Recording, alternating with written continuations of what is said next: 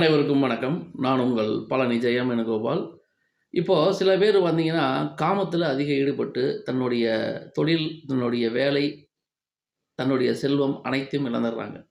இந்த காமம் ஒரு மனிதனை பாடாப்படுத்தி விடுகிறது. அப்போ ஒரு ஜாதகத்தில ஜாதகர் மனம் போன போக்குல போக்குறதுக்கும், தன்னுடைய தொழில்ல கவனம் இல்லாம ஏனோ தானோன்னு இருக்கிறதுக்கும் என்ன காரணம்னு நினைச்சீங்கன்னா, நடக்கின்ற தசாபுத்திகள் மிக முக்கிய பங்கு வகிக்கும் அப்படிங்கிறதுல கொஞ்சம் கூட சந்தேகம் வேணாம். இப்போ ஒரு ஜாதகத்தில செவ்வா, சந்திரன், சுக்கிரன், ராகு இந்த 4 கிரகமே சேர்ந்திருக்கு. ஒரே ராசியில இருக்கு.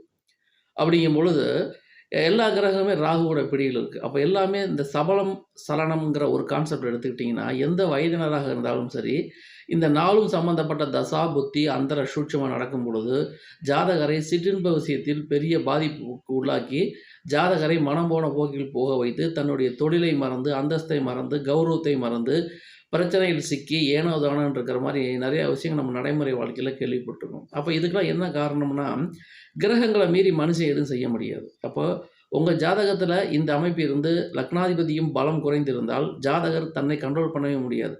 கிரகங்களின் போக்கில் சென்று, மனம் போன போக்கில் சென்று தன்னுடைய பணம், பொருள், அந்தஸ்து எல்லாத்தையும் இந்த ஊதாரித்தனமா செலவு பண்ணி விரயம் பண்ணக்கூடிய காலகட்டங்கள் ஜாதகருக்கு பொதுவா ஏற்படும். அப்ப இந்த பெண்கிற ஒரு கான்செப்ட் எடுத்துட்டீங்கன்னா, சுக்கிரன், சந்திரன், செவ்வாய், ராகு. அப்போ எந்த வயதினராக இருந்தாலும் இந்த 4ம் சம்பந்தப்பட்ட தசாபுத்திகள் நடக்கும் பொழுது, அவர் எந்த வயதினராக இருந்தாலும் முழுக்க முழுக்க காமத்தின்பால் ஈடுபட்டு, சிற்றின்ப விஷயங்களில் தன்னுடைய பணத்தை விரயம் செய்வார். அப்ப இதில எந்த தொழில் இருந்தாலும் சரி, எந்த போஸ்டிங்ல இருந்தாலும் சரி, அதையெல்லாம் விட்டு போட்டு, மனம் போன போக்கில் சென்று தன்னுடைய கௌரவத்தையும் இழந்து விடுவார் என்பதுதான் நம்ம கவனிக்கப்பட வேண்டிய ஒரு விஷயம்.